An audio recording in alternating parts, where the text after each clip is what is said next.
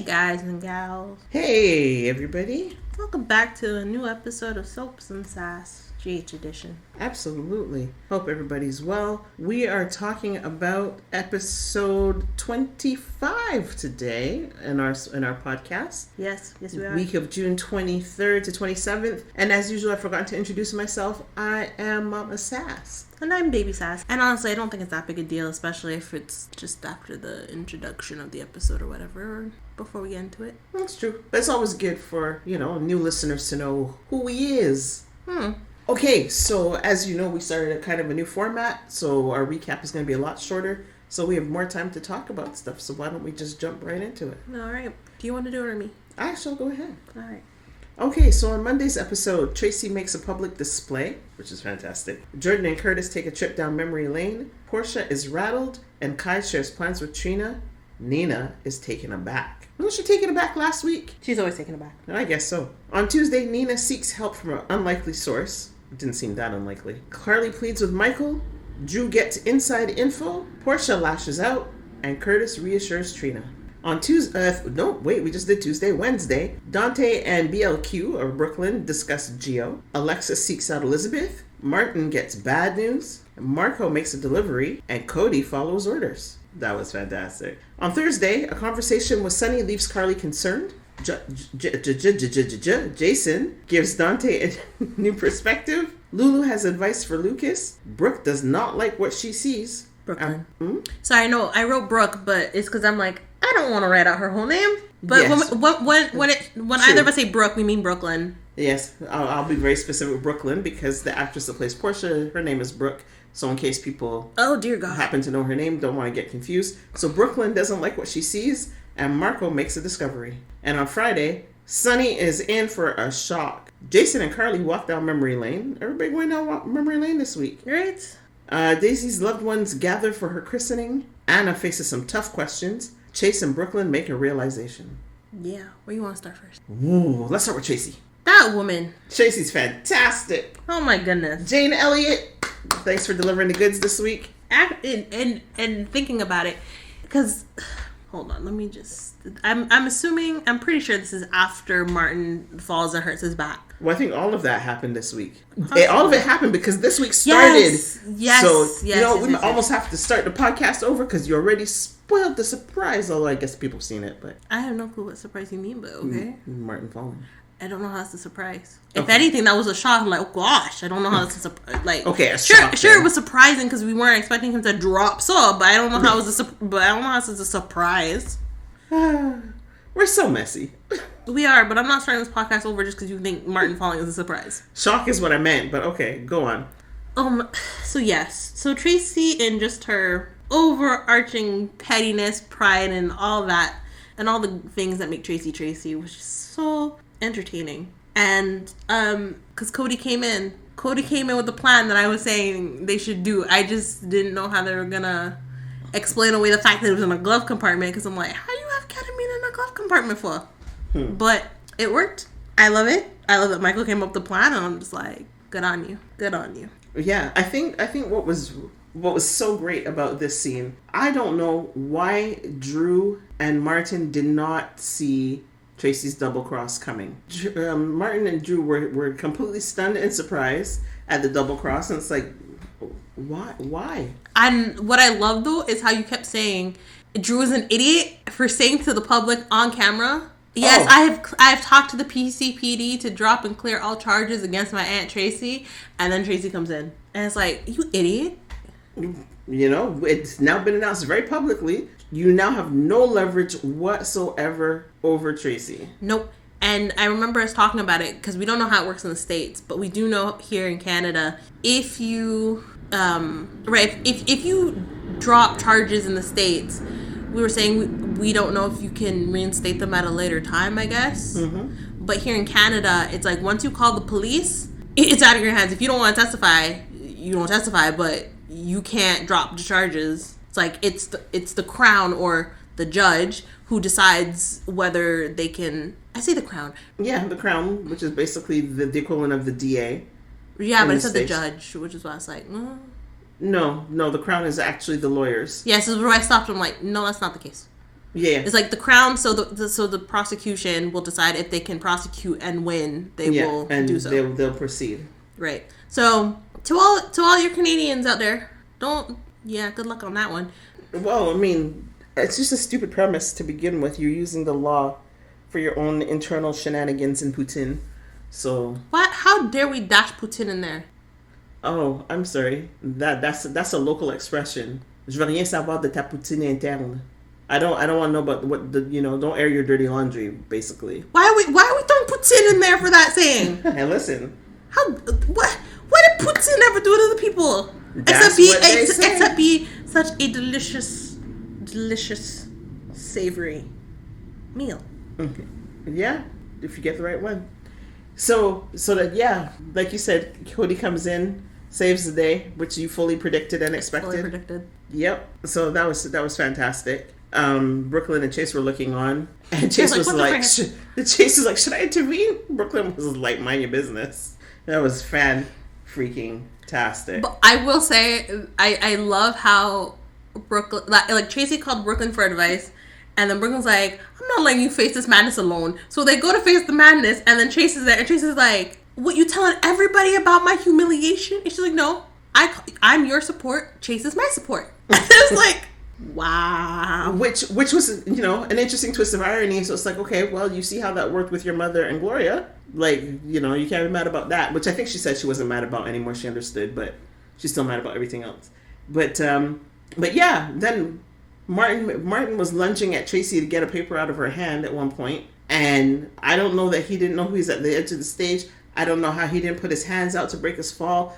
Like, none of that made sense. I don't know how he hurt his lower back but landed on his face. Exactly. That was a make it make sense for me. Like, any chiropractors out there, can you please explain that? Because I don't understand how falling on your front can hurt your back. I really don't. Unless his pelvis hit first or something, I don't know, and moved his whole sacroiliac out of whack or something. Maybe that's a question you can ask your chiropractor next time you see him. Maybe, but as long as he doesn't charge me extra for it. So it was just bizarre, and Martin ends up in the hospital for the week. Well, as we know, Tracy drained his funds, which is why he's so vindictive against her, and now his insurance policy has lapsed. Sorry, but he also tried to hire Rick to sue Tracy for his fall. Mm. And first of all, how can how good is Rick that his retainer is $15,000? Because that's absurd. Like, what?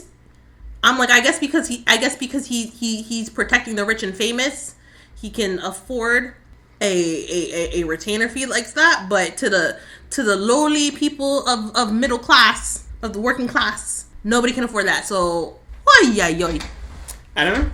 And then on the other front, so on the other front, Martin's like, Rick, let's go after Tracy. He's like, this is my retainer. Martin's like, I can't afford the retainer. But in the end, Rick is like, even still, like camera show, Tracy didn't touch you. There's nothing we can do. And Martin's like, Like, he's just not happy because he really wants to get back at Tracy. And I'm like, I don't know how you're going to get back at Tracy.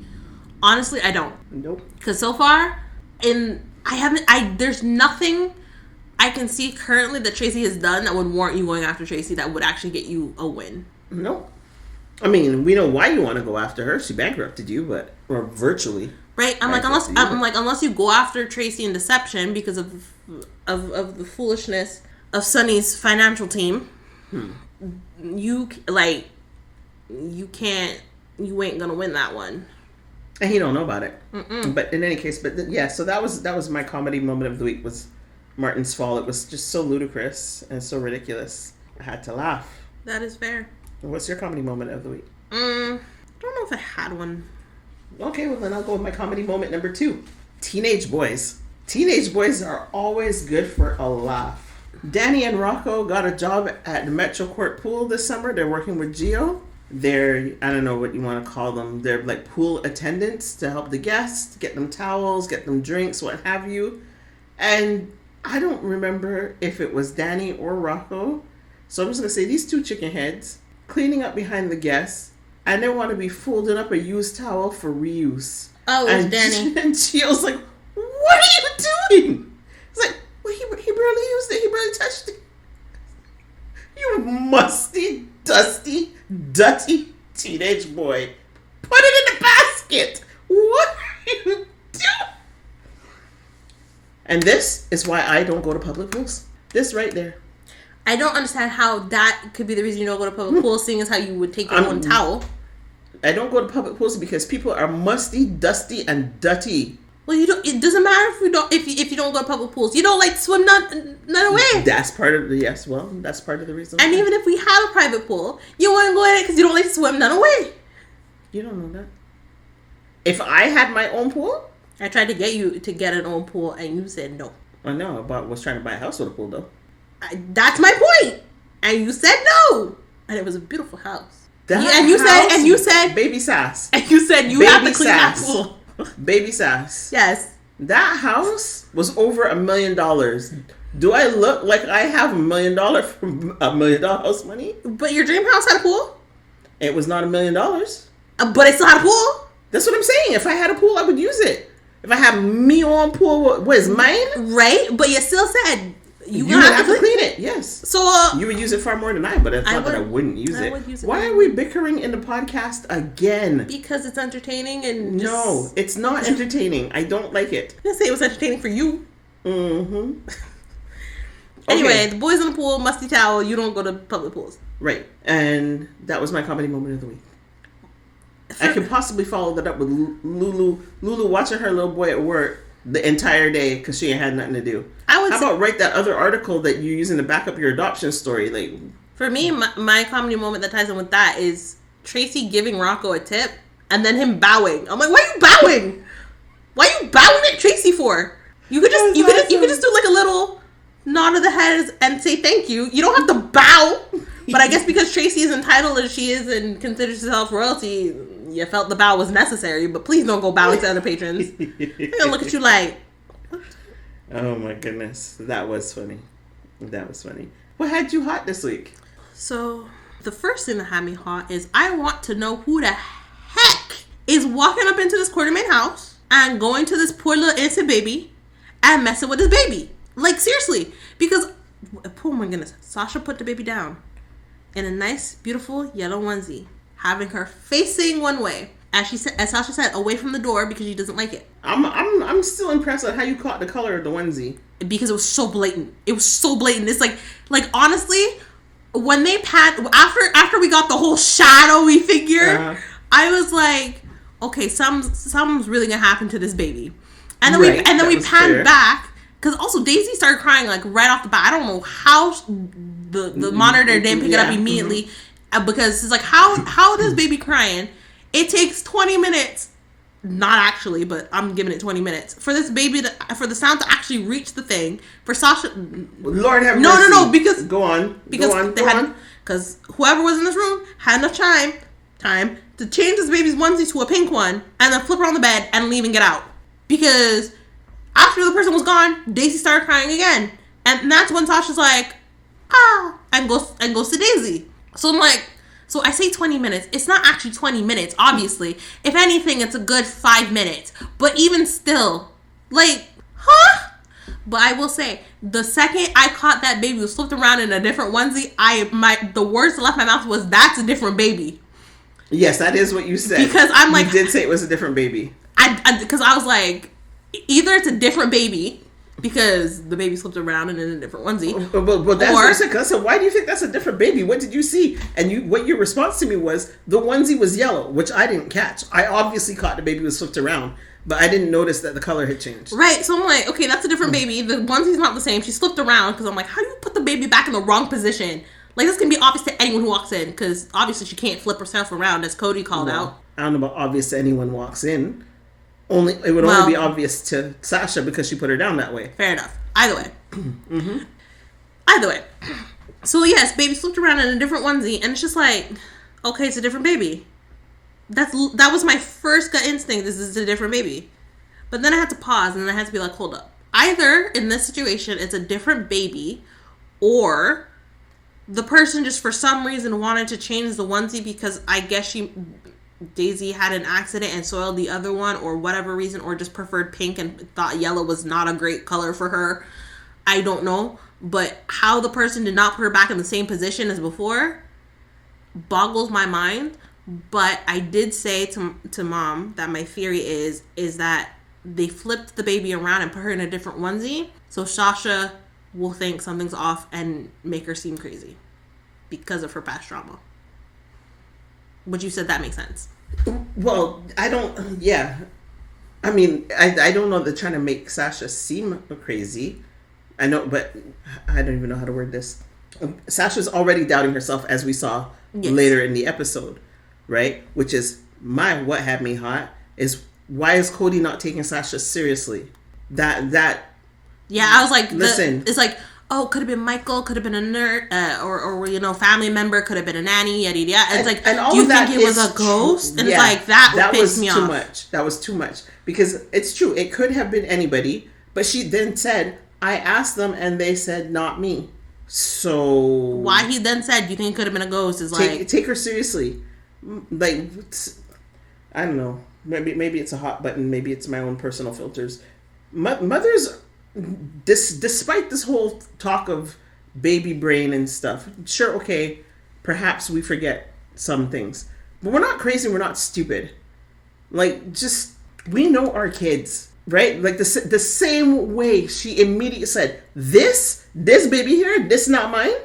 Carry it back. Right? She immediately knew, which was fantastic. So it's like one after the other. And I'm glad she said something to Cody so early as opposed to keeping it silent, like, notwithstanding Cody's dismissiveness. Mm-hmm. But somebody's messing with her. Is it intentional? I'm not sure, because we started to theorize about who it could be. I still think there's a very strong possibility it's Willow. I agree. And she's dissociating. Agreed. Because I honestly can't see who else it could be. Exactly. Like it just doesn't make sense. No. Because again, I'm like, oh, maybe, like, I remember earlier I was thinking maybe it's Britt, but that doesn't make sense because, again, Britt is, for all intents and purposes, dead unless they revive her character. Yeah, there's no reason whatsoever for it to be Britt. That's just too bizarre.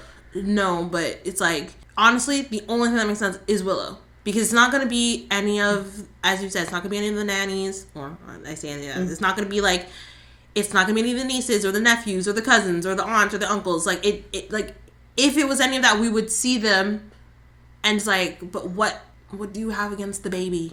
Well, this is it. So Willow makes the most sense. And I don't think she's intending Sasha any harm. I just think it's all about the loss of her children and you know, having interaction with a baby. Plain and simple.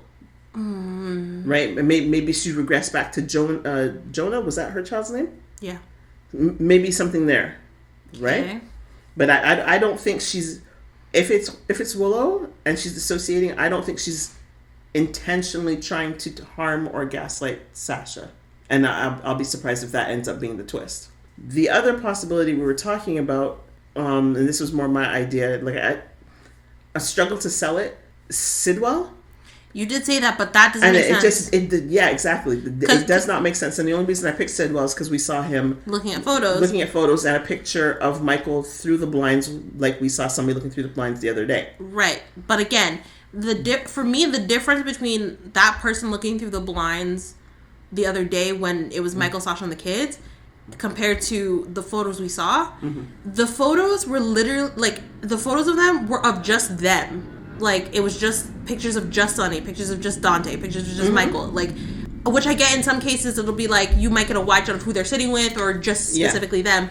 But none of the photos, from what I could tell, look like, because, like, I know there was a photo where Sunny was, like, I guess on a deck or something and he was smiling, but it was very clear he might have been talking with someone. But in that sense, there was no evidence to show that it's like, yes, there's someone else in the picture aside from Sunny and his kids. Right. Picture. So that's why I'm like, I think the person looking through the window at the time that Sasha was there with the kids was Willow herself, compared to every other time where it's like, if there's someone looking through a window or whatever, it could be Sidwell and whoever's snapping photos of the Cortez family. With you.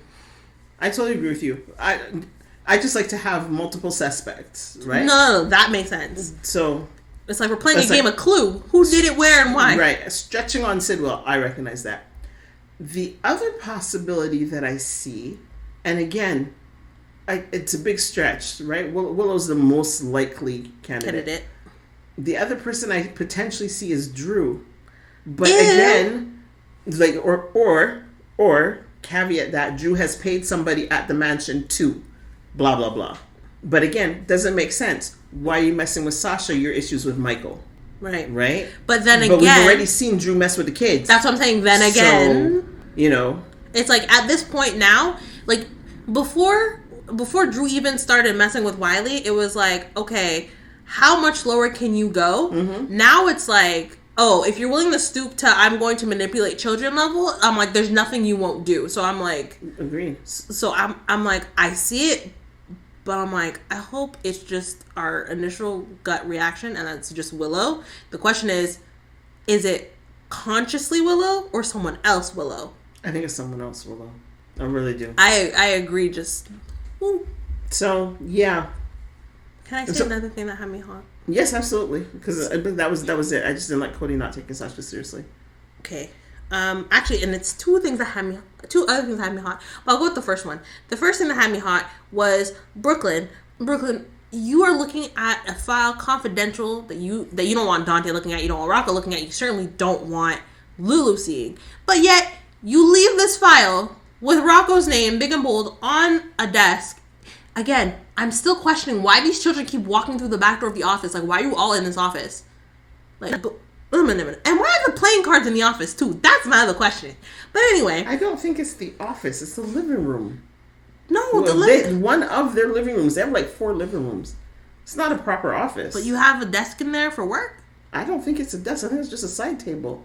I don't think so. Like a roll top desk type of thing. But anyway, I don't think notwithstanding, it's yeah. But anyway, and then Danny and Rocco, after going swimming because they couldn't swim at the Metro Court pool while still in their work uniforms, decide, yeah, we're gonna get the playing cards to play some poker, and while moving things, Danny be Snoopy and be like, I think you should look at this, Rocco. It's got your name on it. It's like, yeah, it's got his name on it. Maybe it's something involving his dad, though again, why it's mixed in with deception files, I don't know. But Rocco's right. Isn't that Brooklyn's secret project? Left it alone. But then again, Brooklyn, you should have locked that thing up in a drawer or something. I don't know why you just left that on the table for anyone to find. Because imagine Dante found it, mixing with your deception papers. He's going to march over to you and be like, why do you have this thing on my son with a picture of Britain and both his birth certificates? That don't make no sense. So, Brooklyn, do better. You trying to be sneaky and shady? Do better. I don't think she's trying to be sneaky and shady at all. Really? Because she's trying to be... Okay, she might not be trying to... Well, she's trying to be shady. Discreet. Well, she's doing a really bang-up job with that. Yeah, I mean, sure. And then the other thing that had me hot. Jason tells Carly, we have so much security at this christening. How the hell did Nathalia walk past every single member of their security, even the hidden ones, and walk up into this church? Nathalia's not a threat. I mean, really? you and I know she's dangerous. She's not a physical threat. If she wasn't invited, why is she there? Oh, are you assuming they had a guest list? Yes. Because they said anyone who's not invited is not walking up and crashing this thing. Known associate of Sonny's. It's not like Selena Wu walked up and just walked into the church. That wasn't going to happen. That would have been funny. That would have been funny if Selena Wu just walked up in there. Also, y'all got to bring Selena back. I need to see her have a little tiff with Sidwell. See how that's going to go. It's like, you trying to take Sonny's peers? I don't think so. I'm here too, buddy. Could be. But anyway. So, yeah, we'll see how that plays out. But I love how everyone looks at Nathalia. Natalia's there just big and bold in the back of the church. What you gonna do about it? What you gonna do? Indeed. I want to come back to Nathalia afterwards. But in my last, what had me hot? Portia. Why is Portia confronting Jordan? I never understand that. If you have a problem with somebody outside inserting themselves into your relationship, your issue is not with the outside person. Your issue is with your person. Which eventually she did go and talk to Curtis. Which, good on her for that. Right? And she really, told Curtis 2 2s and 4 4s. But she started with Jordan. And it's like, first of all, you have no idea what we're talking about. Now, we know Jordan's feeling a little bit of warmth in her belly. Mm. But honestly, for me, in watching, I didn't see anything untoward. No. Isaiah did. Isaiah felt a way about it. Also telling her she's delusional if she don't faint. I was like... Telling Portia or Jordan? Jordan. Right. But then again, it's like, Isaiah's reaction to the whole reminiscing thing compared to Portia, I think is so out of proportion compared to Portia's reaction. I'm like, I get it, especially because I'm like, she was married to the man and then divorced and all this and all that, and it's like you feel threatened by her, understandably, because again, ex-wife, they're close and whatever. But Jordan called that one out, and I think Jordan's absolutely right. You're mad because you are putting on me what you did. No, agreed. But in terms of Isaiah being as mad as Portia is where I'm, or I didn't feel that he was. Felt a little bit. It's slightly like you came into town however many months ago, probably a year ago, I'll say at this point, and sure, you were flirting with Jordan, all that since the beginning, great, but you barely know the woman. You don't know what her relationship with Curtis is like. You're getting one side of the story from the very angry current wife. You're not getting this from she's in and also someone who's having issues with her husband. It's not like you talk to Portia when, all was good and there was no issues. It was like, Trina's happy with Spencer. I'm happy in my marriage.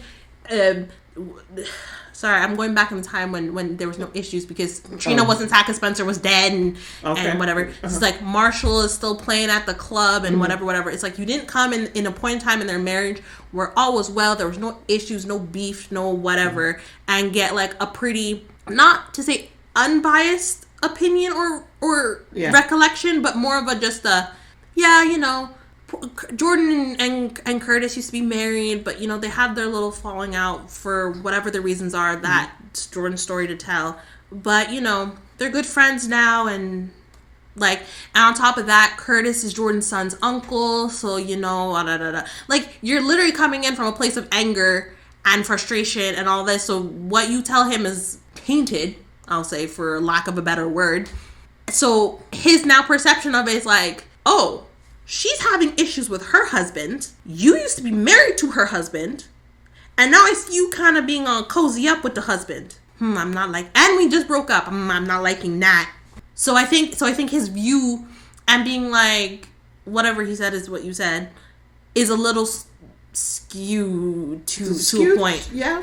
Hence why I'm like, I think he came off a little more intense than Portia in his...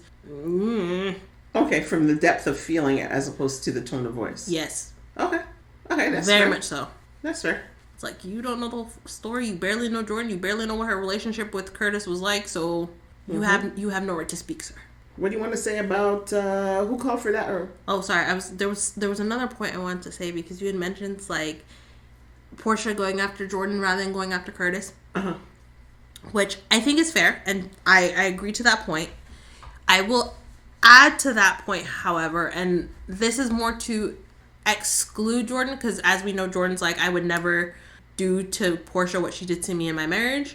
So putting Portia aside, I agree. If someone has come into your marriage and is doing dirt, confront the person you married. Yes, don't confront the side piece. However, to me, it's like there's that, yes, but my question, if I were to, confront the side piece, would be to ask them, and would be my very first question rather than how dare you, whatever. It would be, did you know he was with, or she was with somebody?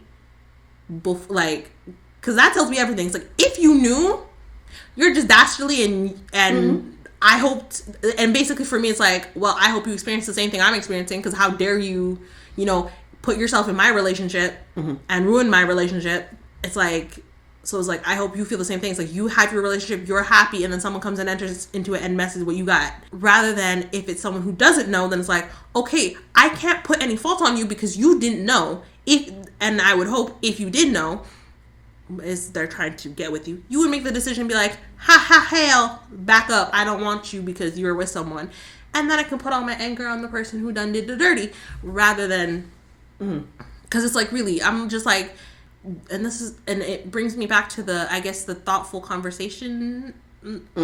It's tonight's conversation. Yeah, it's like it brings me back to that and the little snippets I get on my feed when that woman's like, how come side pieces always get a bad name? It's like, because you're putting yourself into someone else's relationship. It's like, if you want to be in a relationship with someone who's in a relationship, go find someone who's willing to have a polyamorous relationship. Don't put yourself in a relationship that's supposed to be monogamous. You can't put yourself if you're not invited in. Well, right? The person in the relationship has invited you in. They're the ones that have a commitment to somebody. This is also, and I'm not trying to justify anything. I'm just saying. But this is also where I'm like, if you don't want to be in a relationship with the person you're in a relationship anymore, say something. Leave. Yeah. Don't ask for an open relationship because that might not be what the person signed up for. And just, if you're in a monogamous relationship and your partner asks you to have an open relationship, don't concede because you want them to be happy. Don't put yourself in an uncomfortable position and agree because you're like, I don't want to lose them. Just, if you personally don't want to have an open relationship, say no and give them the choice. It's like, if you want an open relationship, okay, let it be open. We are done. Go have fun. You don't have any responsibilities to me. But if you don't want to lose me, there's no open relationship. Like, make your boundaries clear. That's all I'm going to say about it. Cool. What'd you do that for? Who called for that? What you got? Who called for you to be at this christening? No one called for you to be at this christening. Why'd you, I get you're upset because you think this man lied to you and you had this whole fantasy in your head that he was going to up and leave his family for you, but who called for you to be at this christening? Because I'm pretty sure it wasn't Sasha nor Michael. We know why she's there. I just said it. I just said why she's there. But the point still stands. Who called for you to be at this christening? Again, I'm going to put a pin in that. Or maybe I'll flip it. But no, I'm going to put a pin in that. We'll come back to it. Lucas, are you dumb or are you stupid? And I asked this question because why did you stop Marco from calling the police? I get you don't want him to be the reason his mother goes to prison, but excuse me, why you stop him? That sounds more like a what had you hot. It's a both. It's a what had me hot and who called for this. Okay. Because now you're kind of putting Marco in an impossible position, though in fairness, Marco put himself in this position when he started telling you and breaking... I don't even understand what Marco was doing. That was ridiculous on a level. Like, you can't, hypothetically speaking, is how he started earlier in the week. And now all the story come out? Marco. I'm like, golly. I feel like Marco is like, one, he truly is breaking lawyer-client confidentiality by telling Lucas what's going on, even with the hypothetical, because he already knew, but again, we speak in hypotheticals, so you don't actually break it, but you still kind of break it by giving the hypothetical. And then I don't even know if this is technically part of lawyer-client confidentiality in terms of Brooklyn, but by him asking Lucas about Britt, it kind of now leaves Lucas with questions like, why are you asking me about Britt? How you know about Britt? What's going on? Like, well, I think he answered that one okay. He said, I'm working on a case and came across her name. I think that one's mostly fine. Yeah, but now it's kind of like, how many cases involve Britt kind of thing. Well, it's not that Lucas knows of any, so that's fine. Any. But for me, if you're finished. I am finished. So, who called for that? Very sweet and simple. You all know by now I love me some Martin Gray. She does. Why are we making him a bad guy? Why? Did Tad Knight, the actor, ask for this? Tad? Michael E. Knight. Did he ask for this? Because he wanted something more meaty? Okay, fine. I give it to him. But no, Martin's sweet. Martin's good. But I mean, I guess I understand the vengeance is mine thing, what with her bankrupting you or whatever it is she did. So there's that. But there's also Lulu and Gio bonding. Oh, no. Like... That broke my heart on a level, and it broke... Actually, not even. It angered me on a level, but it started to break my heart when Brooklyn started seeing that. Well, this is it. It's like, Lulu, do you have no shame, no respect for no boundaries? We know she has no respect for boundaries. No, but I really wish someone who, like, Maxie, for all intents and purposes, and she's a third party, yet she's not. But, like, if Maxie had seen that, but, like, I guess on the other side, so it's like you have Brooklyn where she was, and then, like, Maxie on the other side. Oh, kind of like we saw Lois and Lulu in yeah, kind of like that. If Maxie had seen that, I would have hoped she would have been like, Lulu, can I talk to you for a second? Kind of, and been like, are you insane? And Lulu kind of be confused and like, what do you mean? It's like you are sitting here chatting with Gio, all laffy daffy, whatever. Like, you didn't do anything wrong. And it's like, if anyone in his family who he doesn't want to talk to saw this, like, God forbid Brooklyn seeing this, do you know how heartbroken she'd be that her son, who she didn't know for 22 years, well, technically did, is bonding with the woman who essentially ruined her life and basically just, to an extent, destroyed his? Mm-hmm.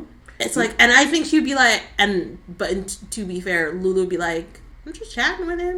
Mm-hmm. And, like, again, wouldn't see anything wrong. Yeah, and I recognize it's a plot point. And to a certain extent, there's some value in it, right? Because she is the mother of his brother. Right. So one would hope by virtue of that, they would have some sort of relationship. Right. Agreed. Because, I mean, certainly, I have a sort of a relationship with the mother of my half-sister. Mm-hmm. Right? We have conversations. Right. But... So I can sort of see that, but given the But it's different, though. Territory, the terrain, the situation. Right. I'm like this is not the time. She maybe she tried to see it as a way to bridge the relationship between him and Dante. I don't know. Maybe to her way of making amends to him and reconnecting him with Gloria, Lois, Brooklyn, whoever. I don't see that. Or Tracy, even. Tracy, maybe. Even then, I don't see that. Oh, it's a stretch. I agree. I don't think Lulu has that kind of presence of mind. No, and especially because, like, when Tracy was at the pool earlier and sitting next to Lulu, like, Tracy was looking at Gio, and, like, I think Tracy had asked if he was, like, okay or whatever, or whatnot, but Tracy had ultimately said, it's like, I hope, like, he can, have that relationship with Brooklyn because he's not talking to her, and, like, you could see the sadness on and in, like, Tracy's face and voice, and it's like, oh, my heart. But it's like, but right now, Lulu is just being self-centered and not... Absolutely. But I also find that interesting because there was a point, and I think this is kind of tangenting again, but kind of still in line with Lulu. And it falls back into the Brit situation because Brooklyn was looking at the file and she was kind of like having a flashback to when Lulu was like, I don't lie to my children, I don't keep secrets from them.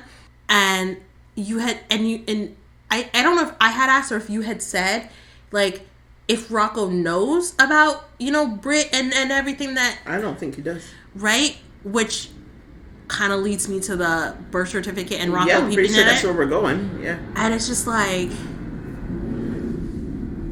Brooklyn now seeing her child laughing and giggling with a ruin who basically ruined her life. It's like... I think in my head, I think that has settled Brooklyn in what she wants to do in terms of, like, she's going through with whatever her plan is. Because before it was like, she didn't know if she wanted to, and every time Rocco kind of came in, I think she was, like, questioning if she should or whatnot. I agree. Because it's like, this kid is an amazing kid, like, he is family, and if I do what I'm going to do, it's going to just possibly make things worse. But after seeing what she saw at the pool, it's just like, oh no, all bets are off. How dare you have a cordial relationship with my child, and I'm sitting here on the outs, hoping to God one day he talks to me and we can work this out and have a relationship. Button fire upon you. Them too impatient. If they would just wait, which brings me to my make it make sense. If they would just wait, I think the situation would sort itself out. I mean, Gio's not stupid. He's hurt, but he's not hot-headed. And so for Dante, right, Dante and Brooklyn already had a conversation, and Brooklyn was like, just give it time, and Dante is like, well, we can't let him continue thinking that we have zero interest, which I think is a fair point. Yep. make an overture. So your overture is to go to an overture? Some Philharmonic in the park? Like, he don't know you. What's about, could we get a coffee sometime? How hard is that? And, like, I do, like, one, I'm like, there's that. And I also like how Gio kind of called out, like, I don't think I'm ready for that just yet because of the whole smashing his violin. And right now, I guess classical music and the violin in and of itself is a very sensitive subject, which is fair. But for you to be like, how would you like to go with me, Rocco, and Charlotte? Like, one, he has no relationship with Charlotte. Who we haven't seen after all of that, right? That Ting went through to get her back. Right. Now we don't see her? Right. Also, if you do go, for the most part, Gio's most likely going to ignore you and just talk to Rocco. Yeah, and that's fine. And might make casual conversation with Charlotte, but for the most part, it's like, why would he want to go anywhere with you after what you said to him? Exactly. Which is basically what Chase is like. Basically, everyone's telling is like, why wouldn't you want to have a relationship with you after what you said? Well, this is it. It's like, I do like how Dante's kind of like, it's a subscription, so if you want to go and take Emma or whatever, let me know. But I think I agree. Just offering to go to like the Philharmonics in the park, a bit too soon. Yep. It's like, I'm showing an interest in something you're interested in. Back up. Yeah.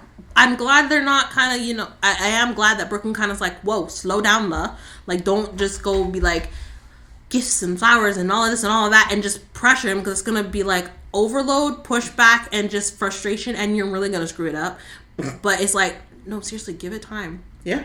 Because I'm like, even for me, there are points where I'm like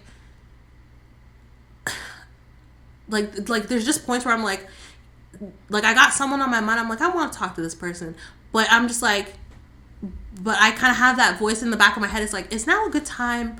For some reason, would this make things better or worse, or would I do more harm than good? And it's just like, you know what? I'm gonna leave alone. I'm gonna give it time, because I'm like, like, if I'm having this thought, there's a reason I'm having this thought. It's not just like a random Tuesday and I'm like, I'm just gonna do this, and then the thought pops in my head. It's like, no, it's like, they're like, I don't get those thoughts like frequently. Like, if the thought pops into my head, there's a reason. I'm like, I'm gonna back up and just wait. Yep, agreed. And it's not like I've done anything wrong. It's just like, maybe not a good time. my other make it make sense. I don't know if I want to put this in now, but I don't know where else I'll put it. But it's Nathalia telling. Well, just Natalia. No. I guess make it make sense is right, because it's like, you were asking. It's like, why are you telling her now? Yeah, and Brooklyn was asking. When Nathalia was telling her about the discrepancy in their finances, it's like, what is the point? And how did you figure this out? Because if you supposedly figured this out months ago when you were still working for us, why didn't you mention it?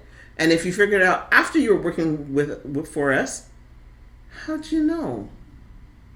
Like, it just, like, all kind of background. Again, she there with a booze in her hand, Like, because she didn't learn. Which also is going to make the situation worse at the christening, because she's drunk. But I don't think she's drunk. She's definitely tipsy. But, because also that's the one glass we saw her with. We don't know how many she's had that day.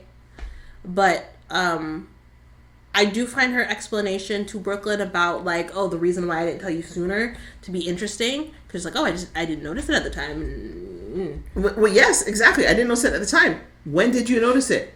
Because we fired you weeks ago. In this case, months ago. So, it don't make sense. Nope. It don't make sense to me. Villain of the week.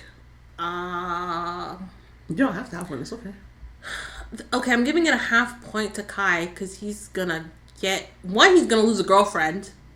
I'll tell you that for sure. And 2, is like, you idiot. How, like, you got manipulated. Oh, I'm like, you got manipulated again, but then again, everyone's not freaking manipulated. I don't think he was manipulated in this case. I think he was, because yes, Drew was kind of freaking out, but he was like, but he kept talking about, like, how am I supposed to get Will and the kids back, and the kids, and it's because he kept saying kids, like, and helping Willow, who's in such distress. It kind of made Kai be like, ooh, and I think that's what made him. Yes, I agree with that to an extent. Manipulated. Well, no, because it wasn't intentional. The reason I don't, well, okay, no, it's not intentional, but I don't think that's the right word. because manipulation, there's an intent behind it to get somebody to do something you want. He had no idea that Kai had any knowledge of anything. So I don't really see it as manipulation, but it certainly influenced his decision to speak and no longer hold his peace. And so for that reason, I'm going to award Kai Villain of the Week as well. I understand it's a plot point. We're going to have such fun as a result of this plot point. I just didn't care for it. Anytime Kai's on the screen, I couldn't care. Yeah, I mean, he could go. I'm not sure. Anyway, I know everybody needs a job. Right. I'm just like, I don't... Yeah. For me, purposely, I don't understand... Oh, not purposely. Personally, I don't understand Kai's point on being, like, what his usefulness on the show is anymore. Because I'm like, when he was first introduced, it made sense. You're trying to get Trina out of her funk of being heartbroken and grieving.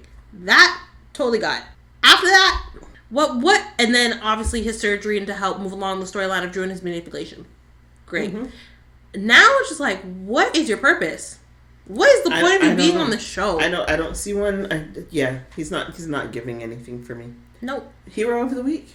I guess Felicia. I don't really have one. Okay, well, you don't have to force one. No, that's what I guess Felicia because, like, she... Yeah, I don't even... You can't even back it up. I guess, just the comfort for... She's a hero for you? That's cool. My hero of the week, I'm going to give it to Gio.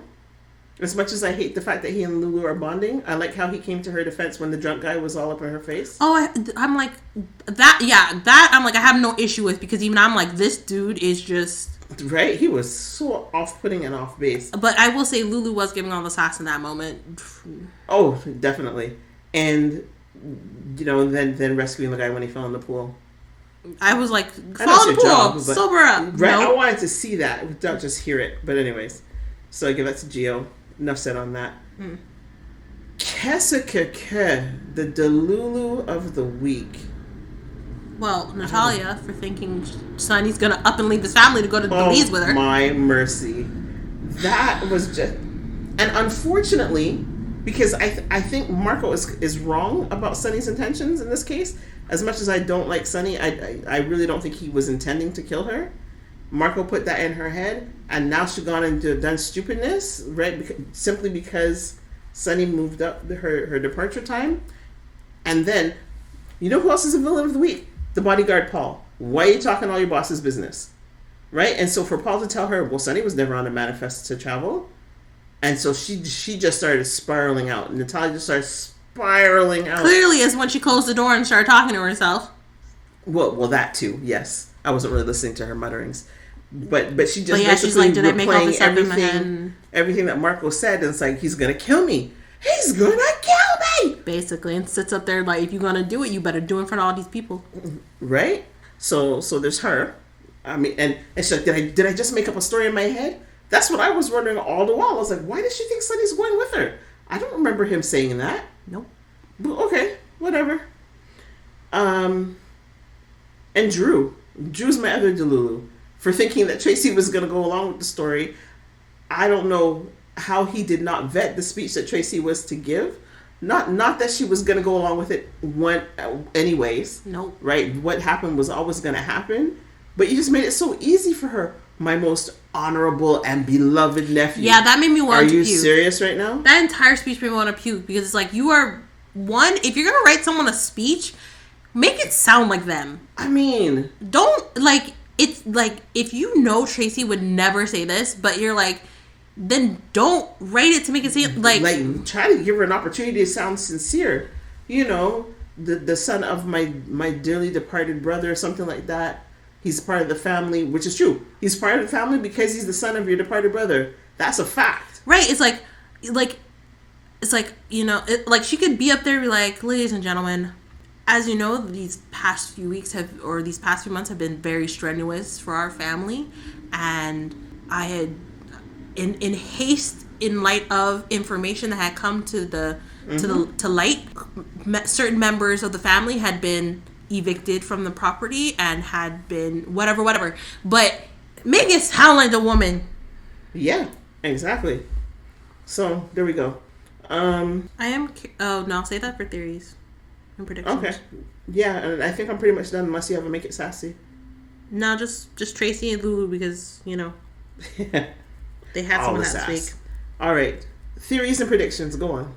Okay, so now that Brooklyn kind of knows about discrepancies in deception, I'm curious to know if Lois will come back. Because as we've been mentioning, it's like Lois is like, Sonny, if you invest $1 dirty in this business, I'm cutting your tail. Mm-hmm. So I'm curious about that. But the question is, who would tell her? Because Brooklyn probably wouldn't. Yeah. Also, seeing as how Lois technically is the face of deception when it comes to media, performances, how's that going to work? Because Blaze is the face of deception when it comes to, I guess, campaigns and stuff. But she's off doing her tour. So I'm curious on that. Yeah, and how many people of Sonny's men will get fired? Oh my gosh, Paul for a start. I'm serious, but you said it, and I agree. I'm like, they need to bring back Max and Milo because as Jason told Carly, it's like there's so many people, and Carly's like, I did see a lot of guards out there, and then Jason's like, yeah, and there's many more who you didn't see, and I'm just like, and then Max and Diane can resume the relationship. Oh, it's like why? When did Mac and Diane have a Not Mac. No, I know, but it's words, Max. Mac. Yes, bring back Max. Indeed. Okay, so that's your one theory. Any other theories? Somebody finna find out that Christina done did what she did because that story's dragging now. It is, and I need Christina to get arrested. Because how can you tell? How can Alexis go to Liz and say she does deserve to be in prison? So yeah, I get your mother's love and the protection, but shove her in there. Well, we got to proceed with Jason's trial first before we deal with Christina. Which won't ever happen because they don't. I don't know what Turner's doing, but Turner's not doing a good job of it. No. So this also leads me to question what's gonna happen with Chase and Brooklyn because Brooklyn telling Chase stuff and Chase is like, shut up because I'm doing this case and I can't know this. Right. There's definitely that.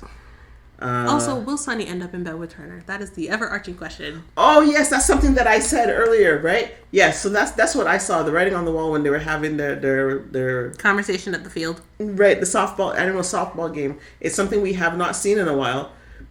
But there was a point in time where Sonny was sleeping with all the ADAs or DAs, as the case may be, female, of course. They came to town or they were federal agents or whatever came to town to take him down, and the dimples got him. Turned on the Italian charm. Made them He's food. not Italian. He's Latino. I thought he was mixed Italian Latino. Because he makes great pasta and has a restaurant called Pazzulo's. So forgive me for assuming he's Italian mafia. No.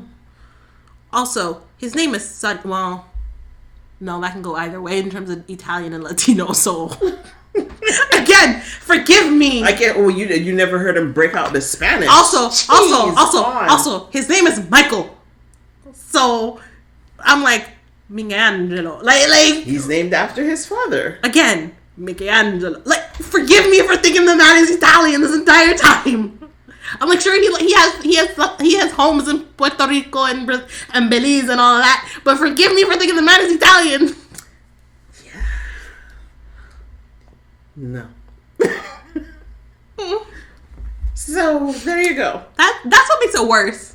I had this whole thing, and I'm like, the man's Italian. I don't like Sonny, but the man is Italian. He's got this, and it also, again, it doesn't help that he cooks good Italian food, and the people say it like. Got me vexed now. You know what? We can look it up. My view of Sonny is now just we can look it up. But yeah. So this is the thing.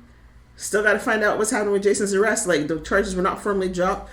We did have a Taggart mentioned this week, even though we still don't know where he is. But Portia did mention him. That man will come back when pigs fly. Well, horses don't fly either. If that's what you were starting to say. Yes, it was. Despite Pegasus. But anyways. I am curious to see, as far as Portia's concerned, not that I'm interested in her storyline whatsoever, but just the fact that she finally persuaded Curtis to It's like, you love me. And so, sweep all the objects off the desk and take Don't me. remind me. Because I'm still with Jordan. Knock on the door. Please, Yes. knock on the door. Because imagine they were in a state of undress. You would have been, She already was, But this is the thing, like, people on soaps forget basic manners. People are at work, you don't just walk into their office. The door is closed. Knock and wait for an invitation. You don't open the door. You're at the hospital. The door is closed. Knock and wait for an invitation. Go ahead with you and your doors. I'm going to say this one time and very quickly because we're so close to overtime. And I have not said this on this podcast yet, I don't think. Every single person in this show who lives in the Metrocore Hotel or their apartment, if you have a peephole, please look through it. Because how many times have people opened the door and person bust through and shoot you and whatever, and look through your gosh damn peepholes. Nathalia didn't do it this week, and I will give her a pass because her hotel door did not have a peephole. But please, if you have a peephole, look through it, because this is how people get murdered. For you, it's peepholes. For me, it's lock your door. Also, they never seem to have locks and chains on their house doors. I know y'all can't hear me. And yes, they can. They can hear you. That's not what I meant. Oh, not the audience? No. Oh. For all of my black brothers and sisters out in the world, please look through your peoples. I beg of you. Because the amount of times I've seen the people on the show, and they be of color, and they don't look through the peoples, I want to pitch something at my TV, and I don't because my mom paid good money for that TV. Look through your peoples. Oh. Because I didn't do that this week, and it bit me in my behind for not looking through the window. I thought you said you just couldn't see them from where they were standing. I could not, but if I had looked through the window, because I didn't see them, but if I would have seen the window, I wouldn't have opened the door. Oh, you looked through the window at the door, but you didn't look through the window. Right. If I had done that, the door would not have opened. I did not listen to... That makes me laugh even harder. I thought you had looked through the window. No, I didn't. I didn't listen to my instincts. Okay, I am a 99s baby. I barely grew up in the 90s. Let me tell you that. But even I know the millennial rule of when you're home alone and whatever ever, you look through the window when the doorbell rings because you don't know who it is and you don't know who's coming over and yada yada yada. I didn't listen to that instinct. Good for your tail. And I should have listened to that instinct. So look through your windows, look through your peepholes. Also, if you're looking through your windows, make sure you got some sheer curtains so they can't see you, because don't look through the window and they be like, hi, they look at you back. Like, you don't have to open the door. They can't make you open the door. I'm just saying. Look to the peoples, look to the windows. That's my kind of ignorance. I will stand at the window and look at you like, I know, because you what you want? Because you done did that this week. No, I spoke to the person. You still did it this week, though. Yeah, but I spoke to the person. It's not like I just stood there staring at them, which I will do as well. I just stand and look at you until you leave. Point is, look to your peoples, look to your windows. Thank you for listening to my TED Talk. All right. Well, ladies and gentlemen, come on back next week. Things are starting to heat up with Sunny and Nathalia. So let's find out what happens there in the church. Do we have August sweep? No, it's November sweeps. Even though I keep saying August sweeps should be a thing. It's only July coming up. We're in the end of June. No. I recognize that, but I was saying, but you know how I'm always like going on about it's like February and that's what I was like. But yeah, hell of a lot more soaps. A hell of a lot of stuff. Have a good week, y'all.